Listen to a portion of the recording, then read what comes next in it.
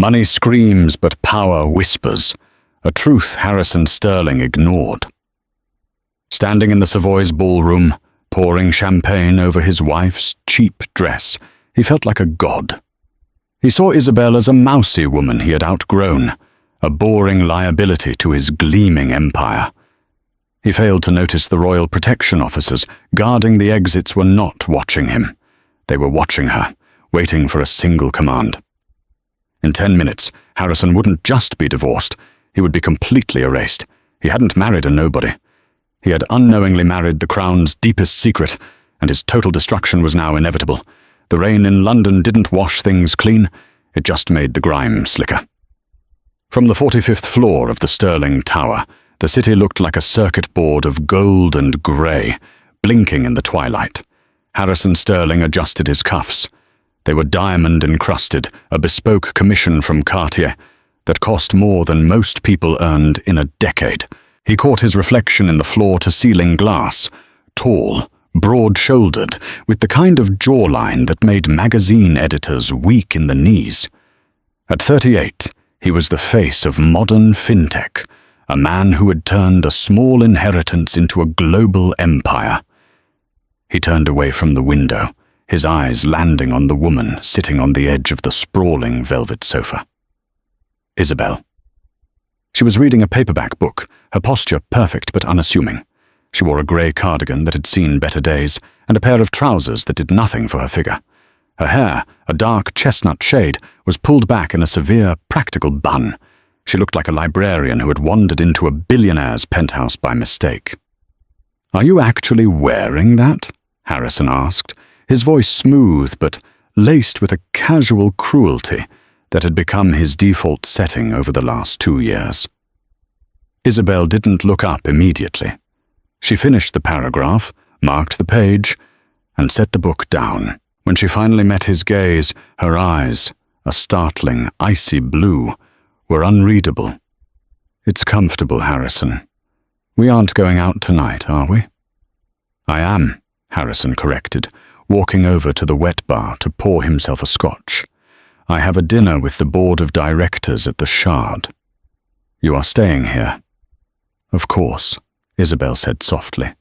"I wouldn't want to bore them." "It's not about boredom, Isabel," Harrison sighed, taking a sip of the amber liquid. "It's about image. You don't fit anymore. Look at you. You look like you're ready to bake cookies, not host a merger discussion. When I married you, things were different. I was just starting out. I needed someone safe." "Safe," Isabel repeated. The word hung in the air, heavy and loaded. 5 years ago, Harrison had been a stressed, manic genius on the verge of burnout. He had met Isabel in a coffee shop in Kensington.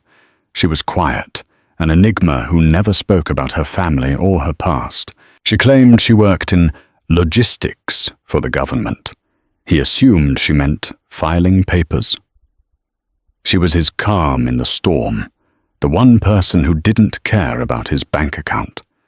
But as Harrison's wealth skyrocketed, his need for calm was replaced by a hunger for status. He wanted a trophy. He wanted someone who glittered. "Bianca is meeting me there," Harrison said, watching her reaction closely. He wanted to see her cry.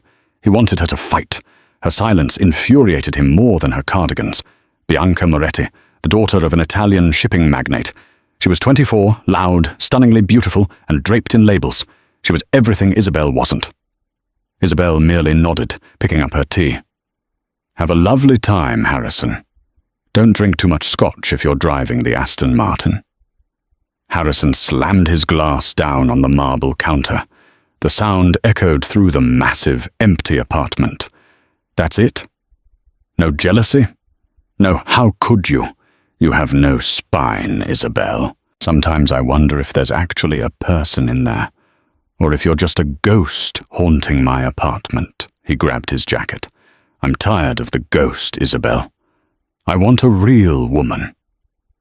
He stormed out, the heavy oak door slamming shut behind him. Isabel sat in the silence for a long moment. Then she stood up and walked to the window where Harrison had just been standing. She watched his car pull out of the underground garage and merge into the London traffic. She reached into the pocket of her oversized grey cardigan and pulled out a phone. It wasn't the latest iPhone Harrison had bought her to keep up appearances. It was a heavy, black device with no brand markings and a biometric scanner on the back. She pressed her thumb to the sensor. The screen glowed red, then green. "Status," she said. Her voice was no longer soft and mousy. It was steel. A voice crackled in her ear, crisp, authoritative, and distinctly British. "Target is moving, ma'am. The perimeter is secure. Are we still green for the extraction?" "Not yet," Isabel whispered, her blue eyes tracking the red taillights of her husband's car. "He hasn't made the mistake yet. But he's close. Let the play run." "Understood. The director sends his regards. He asks if you're ready to come in from the cold." Isabel touched the reflection of her face in the glass. "Soon. I just have one loose end to tie up." She ended the call, slipped the phone back into her pocket, and went back to her book. To the world, she was the boring, downtrodden wife of Harrison Sterling, but the world was about to learn that you never judge a weapon by its casing. The invitation arrived 3 days later. It wasn't mailed. It was hand-delivered by a courier in a dark suit who required a retina scan before he would hand over the envelope. It was heavy, cream-colored cardstock with gold leaf edging. The crest at the top didn't belong to a corporation or a charity. It was the royal crest of the House of Windsor. "The Royal Foundation Gala," Harrison read aloud, his hands actually trembling slightly. "Hosted at the Royal Albert Hall. Guest of honor, His Royal Highness, the Duke of Cambridge." This was it. The inner circle. The event that billionaires spent millions trying to get into, only to be rejected. This wasn't just a party. It was a validation of his existence. He looked at the bottom of the card. "Mr. Harrison Sterling and guest." He smiled, a predatory, satisfied smile. "Isabel," he shouted. Isabel appeared from the kitchen, wiping her hands on a dish towel. "Yes, Harrison? We're going out," he said, waving the invitation. "Saturday night, the Royal Foundation Gala." Isabel froze. For the first time in years, Harrison saw a flicker of genuine emotion on her face. Was it fear? Panic? "The Royal Gala?" she asked, her voice tight. "Harrison, I don't think that's a good idea. I don't do well with those kinds of crowds. The security protocols alone—" "Oh, stop it," Harrison scoffed. "You're acting like you're a fugitive. It's a ball, Isabel. You drink champagne, you smile, and you try not to embarrass me." He walked up to her, looming over her. "And speaking of embarrassing me, we are going to fix this." He gestured vaguely at her entire body. "I've hired a stylist. She's coming tomorrow. No more cardigans. You are going to wear what I tell you to wear, and you are going to look like a Sterling." "Harrison, please," Isabel said, taking a step back. "Take Bianca. She loves this sort of thing. I'll stay here." "I can't take Bianca," Harrison snapped. "The vetting for this event is insane. They ran a background check on us as a couple months ago, apparently. If I show up with a mistress, the conservative old money in that room will ostracize me before I get through the door. You are my wife. You are the prop I need to look stable and respectable." He leaned in close, his cologne overpowering. "You owe me this, Isabel. I pay for your food, your roof, your pathetic little life. For one night, you will earn your keep." Isabel looked down at the floor. "Okay, Harrison, I'll go." "Good." He checked his watch. "I'm meeting Bianca for lunch. The stylist will be here at 9 a.m. sharp. Don't be difficult." When he left, Isabel didn't go back to the kitchen. She went to the master bedroom, opened the safe in the back of the closet, using the code Harrison thought she didn't know, and retrieved a small velvet box. Inside was a simple silver signet ring. It looked old, tarnished, and worthless. She slipped it onto her pinky finger. It fit perfectly. "He wants a show," she whispered to the empty room. "I'll give him a show." Saturday arrived with a storm of activity.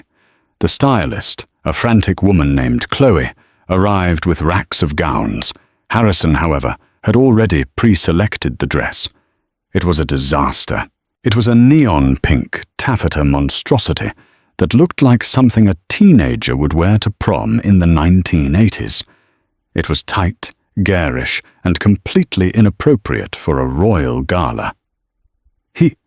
He specifically requested this one, Chloe said apologetically, holding up the dress. He said he wants you to look youthful and vibrant. Isabel touched the cheap fabric. She knew exactly what Harrison was doing. He wasn't trying to make her look good. He was setting her up. He wanted her to look ridiculous so that he could shine by comparison. The sophisticated husband burdened with the tasteless wife. It was a power move to justify leaving her later. "Look at her," he would say to his friends. "How can I take her seriously?" "Put it on," Harrison's voice boomed from the doorway. He was already dressed in a midnight blue tuxedo, looking every inch the tycoon. Isabel stared at the dress. She could refuse. She could pull rank. One phone call and she could have Harrison's security clearance revoked and his bank accounts frozen. Not yet, the discipline in her mind whispered. The trap needs to be fully set. "It's lovely, Harrison," she lied. She put on the dress. It pinched in the wrong places. It clashed with her pale skin. When she stepped out, Harrison smirked. "Perfect," he said. "You look visible." He grabbed her arm, his grip bruising. "Now listen to me. Tonight, you speak only when spoken to. If the Duke or anyone of importance approaches us, you nod and smile. Do not talk about your knitting or your books, or whatever boring nonsense fills your head. Am I clear?" "Crystal," Isabel said. They took the elevator down to the waiting limousine.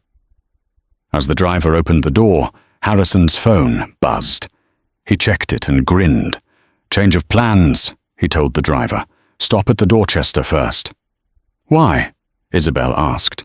"Bianca is coming with us," Harrison said casually, checking his reflection in the car window. Isabel went rigid. "You said you couldn't bring her. You said it was a security risk." "I pulled some strings," Harrison laughed. "She's coming as my executive assistant. She'll be at our table. Try not to be jealous, Isabel. It's unbecoming." The car wove through the London streets. When they picked up Bianca, she was wearing a gown that looked like it was woven from liquid diamonds. It was sleek, backless, and cost more than a house. "Harrison!" she squealed, sliding into the car and kissing him deeply, right in front of Isabel. She pulled back and looked at Isabel, her eyes widening in mock horror. "Oh, honey," Bianca cooed, scanning the neon pink dress. "Did you lose a bet? You look like a gender reveal party balloon." Harrison roared with laughter. "I told you she has no taste, Tiff."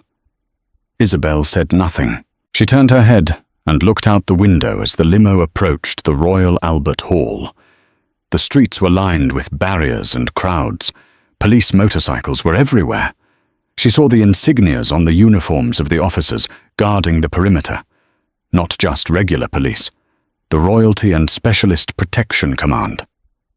Reyes P. She recognized the sergeant at the main gate, a man named Miller. 5 years ago, she had pulled Miller out of a burning convoy in Kabul. Isabel smiled, a faint, dangerous curling of her lips. "We're here," Harrison announced, adjusting his tie. "Game time. Isabel, stay 3 steps behind us. I need the paparazzi to get a clear shot of me and Bianca." "As you wish," Isabel said. They stepped out of the car. The flashbulbs erupted like lightning. Harrison waved, Bianca posed, and Isabel stepped into the shadows, the neon pink dress beaming like a beacon of humiliation. But as she walked past the first line of security, she saw Sergeant Miller's eyes lock onto her. He stiffened.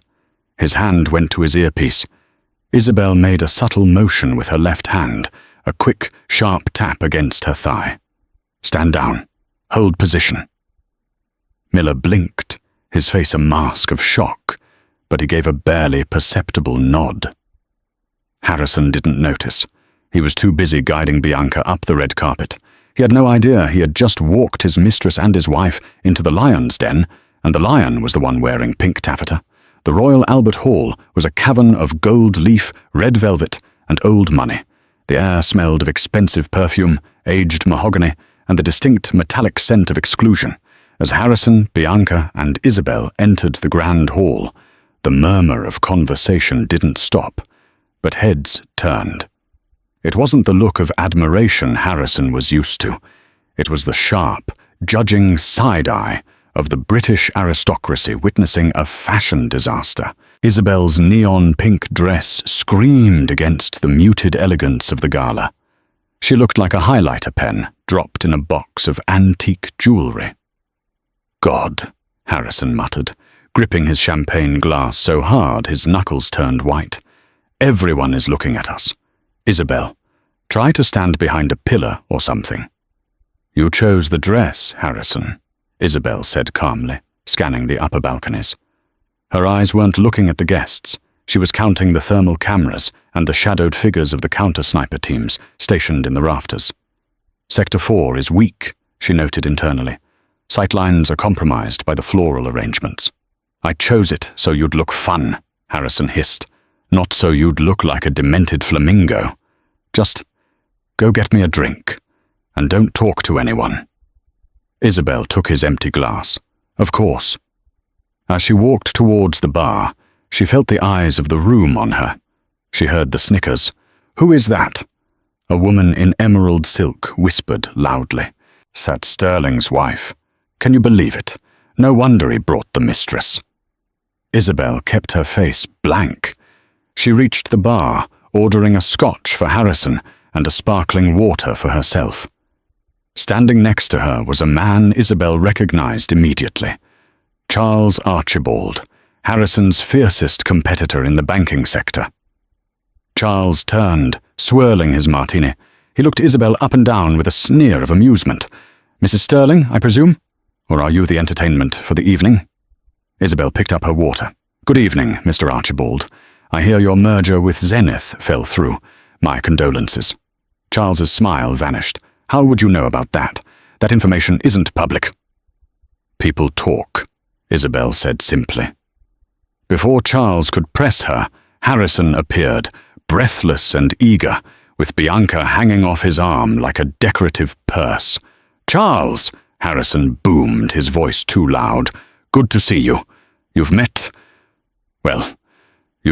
Isabel." "I have," Charles said, his eyes narrowing at Isabel before turning his charm back to Harrison. "And this must be the lovely Bianca. An upgrade, if I may be so bold, Harrison." Harrison laughed, a barking, ugly sound. "You may, Charles, you may. We all make mistakes in our youth, don't we? Isabel was a starter wife. Kept the bed warm while I built the empire. But now we play in the big leagues." He put his arm around Bianca, squeezing her waist. "Bianca is the future. Isabel is just overhead." Bianca giggled, looking at Isabel with pity. "Oh, don't be so mean, Harry. She tries. Look at her little bun. It's so quaint." Isabel stood perfectly still. The humiliation was absolute. Her husband was openly discussing replacing her with his rival in front of his mistress, while she stood there in a clown dress. "You know," Charles said, leaning in conspiratorially, "the rumor is that the Duke is looking for new private investment partners for the Royal Duchy, billions in liquidity. I'm planning to make my introduction tonight." "Get in line," Harrison smirked. "I've already had my team prepare a portfolio. Once the Duke meets me, he'll see that Sterling Global is the only choice. I just need to get FaceTime." "Well," Charles laughed, gesturing to Isabel with his glass, "just make sure you don't introduce him to her. The royal family values decorum. One look at that pink nightmare, and the Duke will think you're running a circus." Harrison's face darkened. He turned to Isabel, his eyes full of loathing. "He's right," Harrison snapped. "You're a liability." He grabbed the glass of red wine from a passing waiter's tray. "Oops," Harrison said deadpan. He tilted his hand. The dark crimson liquid poured down the front of Isabel's neon pink dress. It soaked into the cheap taffeta, turning it into a splotchy, gruesome mess. The surrounding circle of guests gasped. A few laughed. "Oh no!" Bianca cried, her hand over her mouth, failing to hide a smile. "You're so clumsy, Harrison."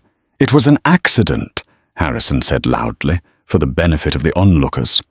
Then he leaned into Isabel's ear, his voice a venomous whisper. "Go to the bathroom and clean yourself up. Better yet, stay there. Don't come out until the speeches are over.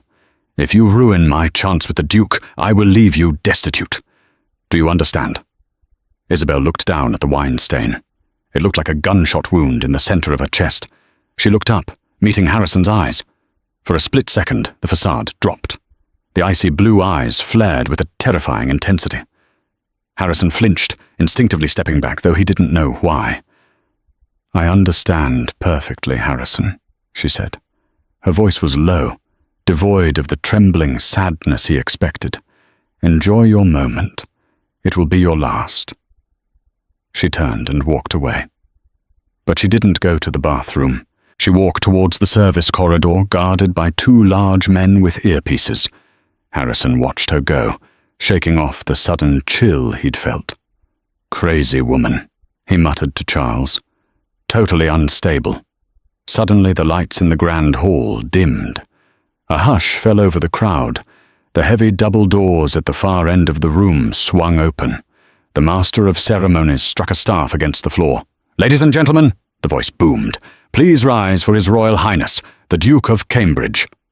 "This is it," Harrison whispered, smoothing his tuxedo jacket and checking his reflection in a spoon. "Showtime. Bianca, stand straight. Charles, try to keep up." Harrison Sterling puffed out his chest. He was ready to be king. The room was silent enough to hear a pin drop. The atmosphere shifted from a cocktail party to something ancient and reverent. The Duke walked into the room. He was flanked not by the usual 2 bodyguards, but by a phalanx of 6 protective security officers. This was high-threat protocol. Harrison frowned. "Why is the security so tight?" he whispered to Bianca. "Maybe he heard I was here," Bianca giggled. "Shut up," Harrison hissed. The Duke moved through the crowd, shaking hands with a select few. He was a tall man with a military bearing, wearing the sash of the Garter. He moved with a practiced ease, but his eyes were scanning the room, looking for something or someone. Harrison jockeyed for position. He elbowed a breathless debutante out of the way to ensure he was right on the edge of the red carpet runner. "He's coming this way," Harrison said, his heart hammering against his ribs. "Get ready." The Duke drew closer. He stopped to speak to the Mayor of London, then a famous actress. He was 10 feet away, 5 feet. Harrison stepped forward, extending his hand, flashing his $1,000,000 smile. "Your Royal Highness," Harrison said, projecting his voice. "Harrison Sterling, Sterling Global. It is an honor to—" The Duke didn't stop. He didn't even slow down. His eyes slid over Harrison as if he were a piece of furniture, and not a particularly expensive one. He walked right past Harrison's outstretched hand. Harrison stood there, frozen, his hand hanging in the air. The rejection was public and brutal. Bianca let out a confused squeak. Charles Archibald, standing a few feet away, covered a laugh with a cough. But the Duke wasn't ignoring Harrison to be rude. He was ignoring him because he had spotted his target. The Duke stopped dead in the center of the room. He looked toward the side of the hall, near the large marble pillars, where the shadows were deepest. "Commander," the Duke said. His voice, usually modulated for speeches, carried a tone of genuine shock and warmth. The crowd turned. Harrison turned. Stepping out of the shadows was Isabel. She was still wearing the wine-stained neon pink dress. Her hair was still in the mousy bun, but something about her had changed. Her shoulders were back. Her chin was high. The slumped posture of the beaten housewife was gone, replaced by the rigid, lethal grace of a predator. She walked toward the center of the room. Harrison panicked. "Isabel!" he hissed, lunging forward to grab her arm. "What are you doing? Get back! You're drunk! Officer, remove this woman!" Harrison grabbed her wrist. In a blur of motion too fast for the onlookers to process, Isabel twisted her wrist, locked Harrison's elbow, and drove her thumb into a pressure point on his forearm. Harrison yelped, his knees buckling as he lost all feeling in his hand. She didn't break his arm, but she immobilized him instantly. "Stay down, Harrison," she said. Her voice wasn't loud, but it carried across the silent room. Suddenly, the 6 royal protection officers flanking the Duke moved. Harrison thought they were coming to arrest Isabel. He started to shout, "She's assaulting me! Arrest her!" But the officers didn't grab Isabel. They formed a line in front of her. Then, in perfect unison, they snapped their heels together. Clack! The sound echoed like a gunshot. 6 hands rose to 6 brows. They saluted her. Not a polite wave, but a full military salute reserved for superior officers. The lead protection officer, a giant of a man named Sergeant Miller, the same man Harrison had seen at the gate, kept his hand at his brow and barked out, "Ma'am, perimeter secure. The sword is on the deck." The room gasped. A collective intake of breath from 300 of Britain's elite. Isabel nodded to the sergeant. "At ease, Miller." The officers dropped their hands and immediately turned outward, forming a protective circle around Isabel and the Duke, pushing Harrison and Bianca back into the crowd. Harrison was on his knees, clutching his numb arm, his brain unable to compute what he was seeing. His mousy wife, his charity case. The Royal Guard was taking orders from her? The Duke of Cambridge stepped forward. He bypassed the stain on her dress and took both of Isabel's hands in his. He bowed his head, a breach of protocol so severe it signaled deep personal intimacy and respect. "Isabel," the Duke said, his voice thick with emotion, "we were told you were dead. The Grim Reaper of Kabul. We thought we lost you 5 years ago." "I needed to disappear, sir," Isabel replied, her voice steady. "Retirement didn't suit me. But I've been watching." "The service hasn't been the same without its commander," the Duke said. He looked at the pink dress, then at the wine stain. His expression hardened into royal ice. He looked past Isabel to Harrison, who was scrambling to his feet, pale and shaking. "Is this him?" the Duke asked, his voice dropping to a dangerous register. "The cover." "That is Harrison Sterling," Isabel said, looking at her husband with a detachment that was far crueler than hate. "He was useful. For a time. He provided a very convincing background of mediocrity." "Mediocrity?" Harrison sputtered, finding his voice. "I am a billionaire. I am the CEO of Sterling Global. Isabel, tell him. Who are you? What is going on?" The Duke looked at Harrison with a mixture of disgust and pity. "Mr. Sterling," the Duke said coldly, "you are under the impression that you have been humiliating your wife. In reality, you have been housing Dame Isabel Pendragon, Knight Commander of the Victorian Order and the former Director of Royal Specialist Protection. She has saved my life 3 times. She has saved my grandmother's life twice." The Duke paused, letting the weight of the titles crush Harrison. "You poured cheap wine on a woman who has taken bullets for the crown," the Duke continued. "I suggest you leave. Now. Before Sergeant Miller remembers that he is currently off the clock and decides to teach you some manners." "Oh!" Bianca, realizing the ship was sinking, tried to slink away into the crowd. "Not you, Miss Moretti," Isabel said. Bianca froze. Isabel reached into the pocket of her sodden pink dress and pulled out the black biometric phone. She tapped the screen once. The massive screens behind the stage, intended to show the charity presentation, suddenly flickered.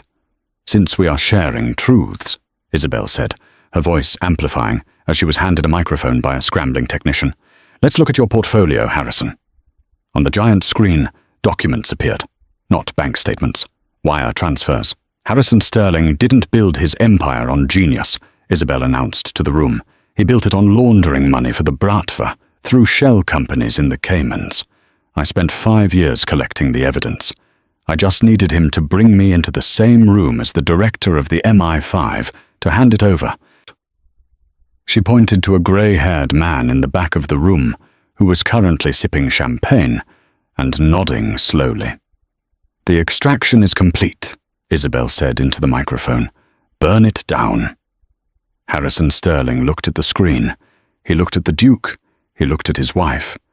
"Isabel," he whimpered. Isabel smiled. It was the first genuine smile he had seen in years. "My name isn't Isabel Sterling," she said, "and you're broke, Harrison."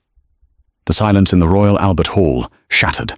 It didn't break with applause, but with the chaotic, terrifying noise of a life being dismantled in real time. Harrison Sterling stood amidst the ruins of his reputation. The giant screen above him was still cycling through damning PDFs, emails to known cartel operatives, wire transfers disguised as charity donations, and blueprints for illegal offshore servers. "This is fake!" Harrison screamed, his voice cracking. He looked around the room, desperate for an ally.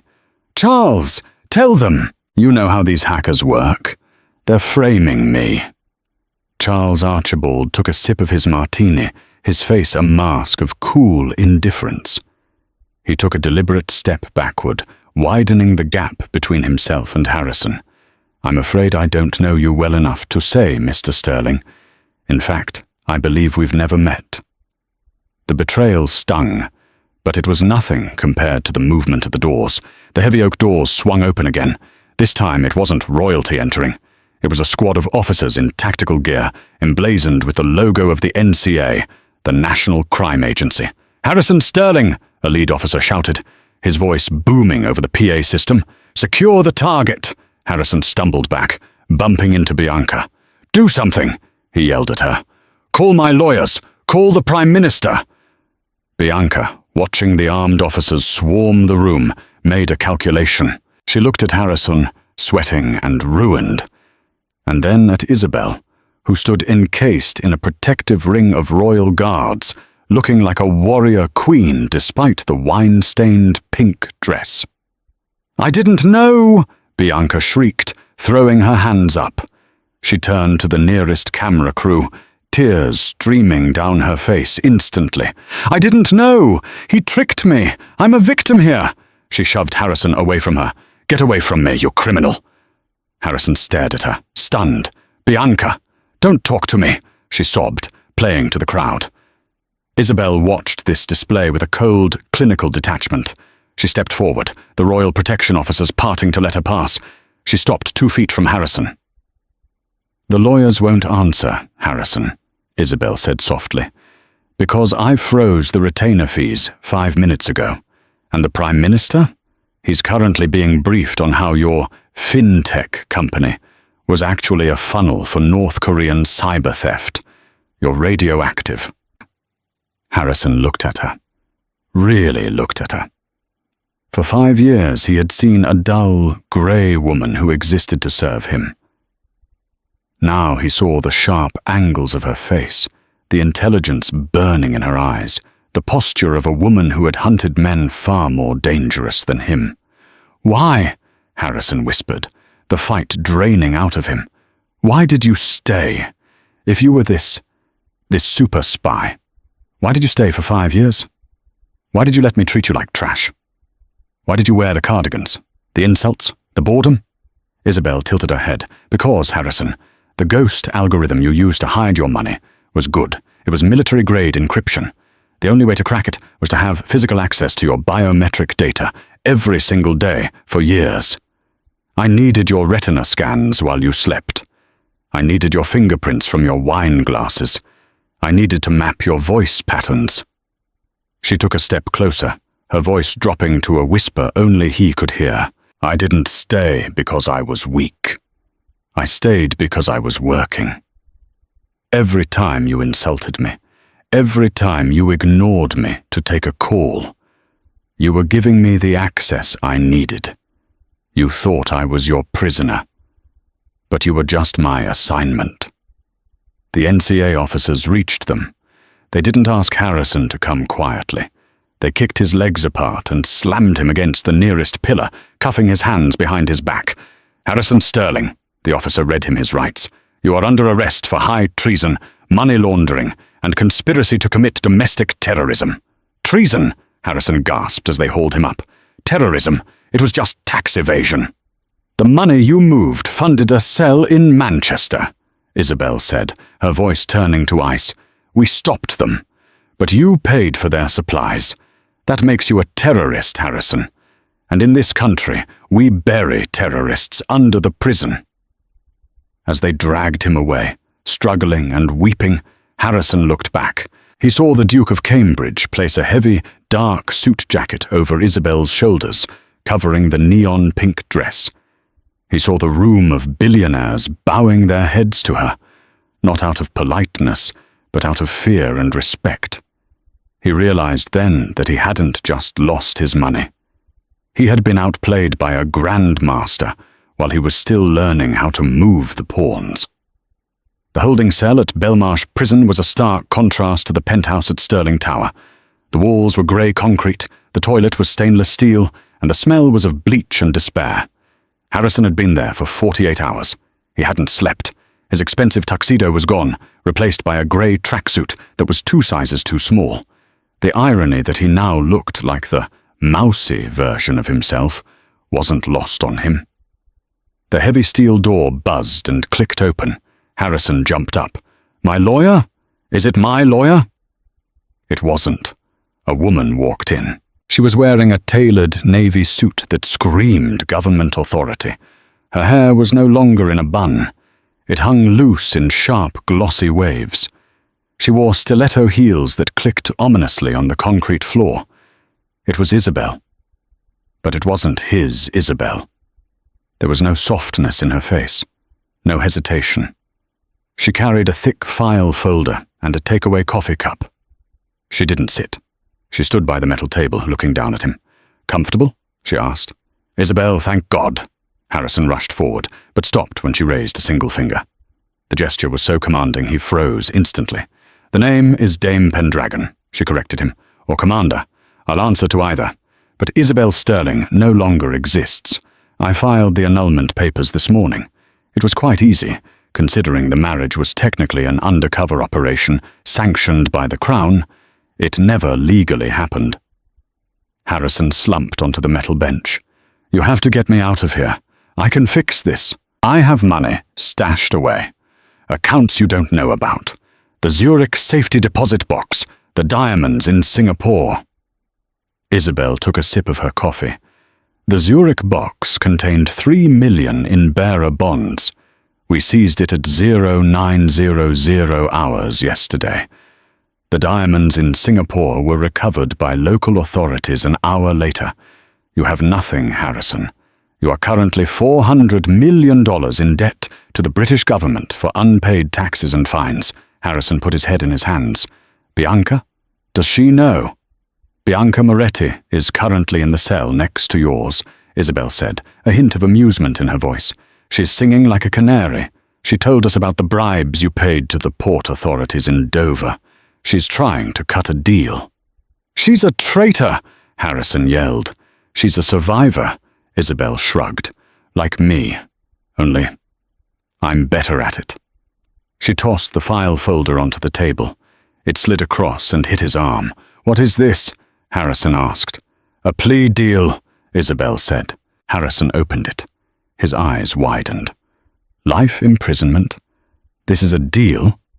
"It's better than the alternative," Isabel said, leaning in. "The cartel you were laundering money for? The Vipers? They aren't happy that their accounts have been frozen. They know you're the weak link. If you go to general population, you won't last a week. Someone will shank you in the shower for the price of a pack of cigarettes." Harrison turned pale. "This deal," Isabel tapped the paper, "puts you in a maximum security wing. Solitary confinement, 23 hours a day in a box. But you'll be alive, you'll be safe." "You want me to rot in a box for the rest of my life?" Harrison whispered. "After everything? Isabel, I loved you. In my own way, I loved you." Isabel's expression finally cracked. A flash of genuine anger broke through the professional mask. "No, you didn't," she said sharply. "You loved having a pet. You loved having someone to kick when you felt small. You loved the power. You humiliated me in public, Harrison. You made me feel small so you could feel big. Do you know how hard it is to pretend to be weak when you know you could kill a man with your bare hands. She leaned across the table, her face inches from his. I sat there for 5 years. I listened to you chew your food. I listened to your snoring. I listened to your petty, cruel insults, and I took it. For Queen and country, I took it. But don't you dare insult my intelligence by telling me you loved me. She straightened up, smoothing her jacket. Sign the paper, Harrison. Or take your chances with the vipers. It makes no difference to me. I'm just tying up loose ends. Harrison looked at the paper. He looked at the woman he had underestimated. He realized that the cage he thought he had put her in was actually a camouflage blind she had built for herself. He picked up the pen with a trembling hand. "What happens to you now?" he asked, his voice hollow. "Do you go back to being a spy?" Isabel smiled. It was a terrifying smile. "I was never just a spy, Harrison. I'm the one who trains them. And tomorrow, I have a date." "A date?" Harrison blinked. "With who?"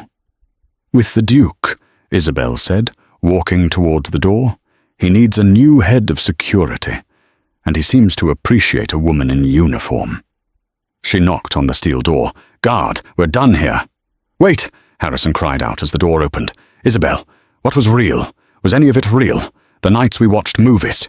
The anniversary dinner in Paris? Was any of it real?" Isabel paused in the doorway. The harsh prison lights haloed her silhouette. "The Paris trip was real," she said thoughtfully. "The crème brûlée was excellent. And I genuinely enjoyed the book I was reading when you poured wine on me. Other than that..." She looked back at him one last time. Harrison Sterling never existed. He was just a costume you wore. And now the show is over. The heavy door slammed shut with a finality that echoed in Harrison's soul. He was alone in the silence, with only a pen and a confession to keep him company. 365 days. That was how long it had been since the champagne glass shattered on the floor of the Royal Albert Hall. To the rest of the world, the Red Gala was merely a sensational headline that had faded into the archives of internet gossip. To the City of London, it was a cautionary tale about due diligence, but inside the high walls of HMP Wakefield, time did not fly. It dragged, heavy and suffocating, like a wet wool blanket. Harrison Sterling, once the titan of fintech, the man who had claimed to own the skyline, was now just another number in the system. Inmate 9432. He sat on the edge of his bunk, staring at the peeling grey paint of the cell wall.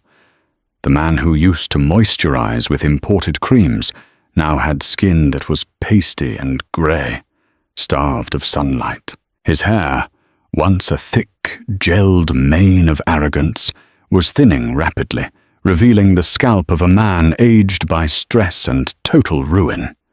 His job assignment was in the prison library. It was a cruel irony the universe had cooked up for him. He spent 6 hours a day organizing paperback thrillers and dog-eared legal dictionaries. He, who used to move billions of dollars with a single keystroke, was now entrusted only with the task of aligning spines on a metal shelf. "Sterling, movement!" a guard barked, rapping a baton against the bars. "Common room, 1 hour." Harrison shuffled out. He kept his head down. In Wakefield, affectionately known as Monster Mansion, eye contact was a currency he couldn't afford to spend. He found a corner in the crowded, sweat-smelling recreation room. A group of inmates was gathered around the small, bolted-down television set, jeering and cheering. "Turn it up, will ya?" A burly inmate with a spiderweb tattoo on his neck shouted. "It's the Jubilee! The flyover is starting." Harrison looked up, his eyes weary.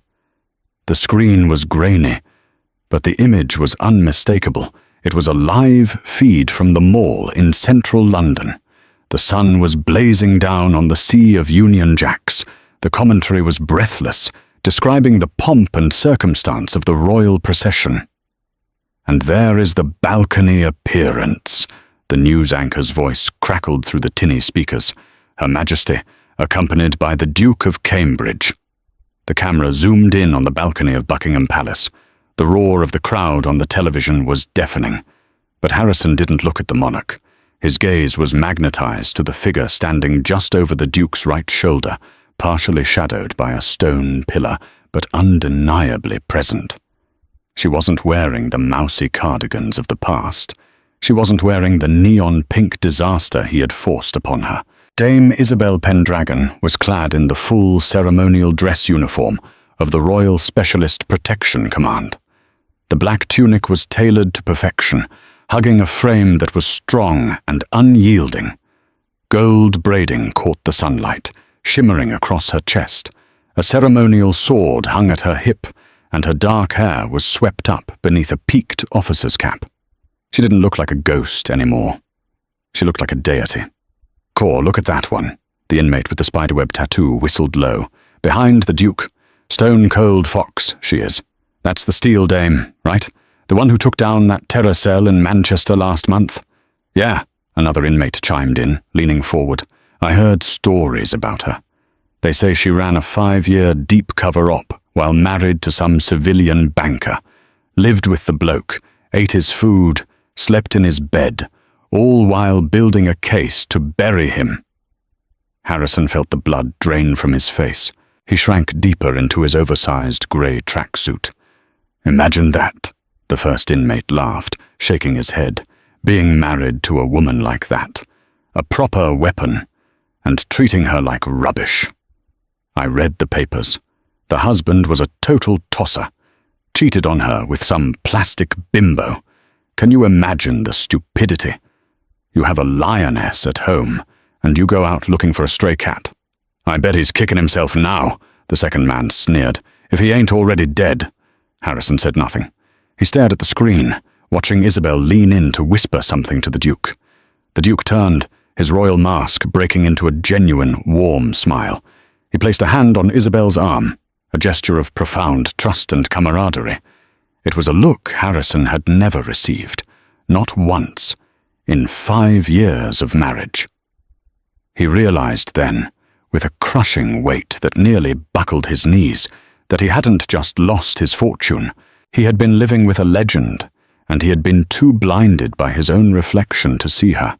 5 miles away, in a grimy suburb of South London, the atmosphere was far less sterile but equally bleak. Bianca Moretti wiped a rag across the counter of Coffee and Go. The rag was grey, the water was lukewarm, and the smell of burnt beans clung to her hair like a second skin. Her deal with the serious fraud office had kept her out of a cell, but it had stripped her of everything else. Her father, the shipping magnate, had publicly disowned her to save his own stock prices. Her accounts were frozen. Her socialite friends blocked her number. Now, at 25, she was working for minimum wage, living in a bedsit that was smaller than Harrison's old walk-in closet. "Excuse me," a customer snapped, snapping her fingers in Bianca's face. "I said oat milk. This is semi-skimmed. Are you deaf or just stupid?" Bianca flinched, her hand shaking as she took the cup back. "I'm sorry. I'll remake it." "You'd better," the woman huffed, turning her attention back to her phone. Bianca turned to the espresso machine, the steam hissing violently. Above the grinder, a small television played the same broadcast that Harrison was watching. Bianca froze as the camera panned over the royal balcony. She saw the flash of gold braid. She saw the stoic, beautiful face of the woman she had once mocked. She remembered the gala. She remembered giggling behind her hand, calling Isabel a balloon, feeling so superior in her liquid diamond dress. Now, Isabel stood at the right hand of the future king, respected by millions, saluted by generals. And Bianca? Bianca was being yelled at over a 3-pound latte. Tears pricked her eyes, hot and stinging. It wasn't just jealousy. It was the humiliating realization of her own smallness. She had bet on the flash, the noise, the money. She hadn't understood that true power doesn't scream. It waits. "Miss, my coffee!" "Tiens," the customer shouted. "Coming," Bianca whispered, her voice cracking. She wiped her eyes with the back of her hand, bowing her head in a servitude she had once thought was beneath her. High above the city, The roar of the RAF flypast shook the windows of Buckingham Palace. The ceremony was winding down. The crowds were beginning to disperse, leaving a sea of red, white and blue confetti on the mall. Isabel walked through the grand corridor, the heels of her polished boots clicking rhythmically on the marble floors. The adrenaline of the day was fading, replaced by the cool, steady hum of duty fulfilled. "Dame Isabel," a voice called out. She turned to see the Duke of Cambridge approaching. He had removed his heavy ceremonial sash, looking more like a man and less like a monument. "Sir," Isabel nodded, coming to attention, though her expression was soft. "The perimeter held perfectly," the Duke said, falling into step beside her. "Scotland Yard is already singing your praises, but I wanted to speak to you about the future." He stopped by a large window overlooking the palace gardens. "There is a seat opening on the Privy Council, National Security Advisor. It would mean hanging up the field uniform, less running into burning buildings, more strategic dinners. I think you're the only one for the job." Isabel looked out the window. She saw the London skyline, the shard of glass where Harrison's Tower used to be. "I serve at the pleasure of the Crown, sir," she said quietly, "but I do enjoy the field." "You've done enough for 2 lifetimes, Isabel," the Duke said gently. "Take the seat. Besides, the dinners serve better wine than the last one you attended." Isabel laughed, a rich, genuine sound that felt foreign after years of silence. "I suppose I can handle the wine, sir, as long as I get to choose the dress this time." "I wouldn't dare suggest otherwise," the Duke grinned. "I'll leave you to your thoughts." He walked away, leaving her in the quiet grandeur of the hallway. Isabel reached into the deep pocket of her tunic. Her fingers brushed against a small, jagged piece of plastic. She pulled it out. It was a dry cleaning tag. Harrison Sterling. Suit. Navy. She had kept it in her pocket for a year. A talisman. A reminder of the patience it took to catch a wolf. A reminder of the woman she had pretended to be. The woman Harrison had tried to crush. She looked at the tag, then at her reflection in the glass. The scar on her cheek from Kabul was visible in the light. The mousy wife was dead. The warrior remained. "Goodbye, Harrison," she whispered into the silence. She dropped the plastic tag into a waste bin near the window. It fluttered down, landing among discarded schedules and wrappers, trash among trash. Isabel didn't look back. She adjusted her cap, checked the position of her sword, and turned on her heel. She walked down the long, golden corridor, stepping out of the shadow of her past and into the blinding light of her future. The game was over, and the Queen of Spades had won every hand. And that is the story of how Harrison Sterling learned the hardest lesson of all. Silence isn't weakness, and humility isn't submission. He thought he was playing a game of chess, but he didn't realize his opponent had already designed the board. If you enjoyed this story of karma, betrayal, and the ultimate comeback, please smash that like button. It really helps the channel grow. Don't forget to subscribe and hit the bell icon so you never miss a story. What would you have done if you were Isabel? Would you have waited 5 years, or would you have taken revenge sooner? Let me know in the comments below. Thanks for watching, and remember, be careful who you underestimate.